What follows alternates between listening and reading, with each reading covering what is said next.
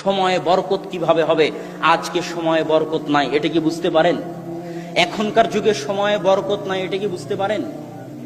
সময়, মাস, দিন দ্রুত পার হয়ে যাচ্ছে, কারো সময়ে বরকত নাই। একদিন, এক সপ্তাহ, এক বছর কোনো কাজ ছাড়াই আপনি একটু ভাবেন তো, গত এক বছর আপনি কি কাজ করেছেন যা দেশ জাতি এবং ইসলামের উপকার দিবে?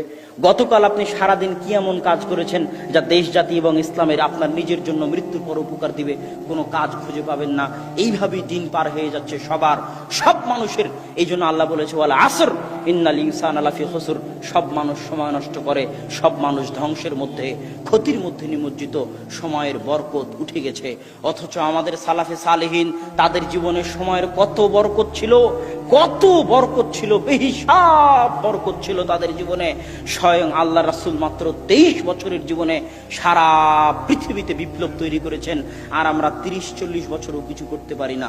ইমাম নববী রাহিমাহুল্লাহ মাত্র 37-38 বছর বয়সে মারা গেছে, অথচ তার এমন কোনো বই নাই যে বই মুসলমানদের ঘরে স্থান পায়নি। অল্প বয়সী মারা গেছেন, অথচ এত খিদমত করে গেছেন। আল্লাহ তাদের সময়ে বরকত দিয়েছিল। আমাদের সময় হচ্ছে বরকতহীন সময়। কেউ যদি সময়ে বরকত পেতে চায় তাহলে কয়েকটি কাজ জরুরি।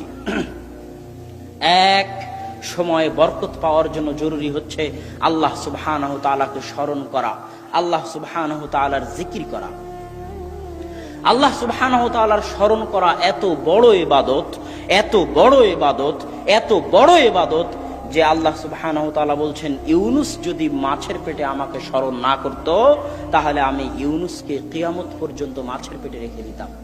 আল্লাহকে স্মরণ করা এত বড় ইবাদত, আল্লাহকে স্মরণ করা এত বড় ইবাদত। আল্লাহ বলছেন, ফাযকুরুনি আযকুরুকুম।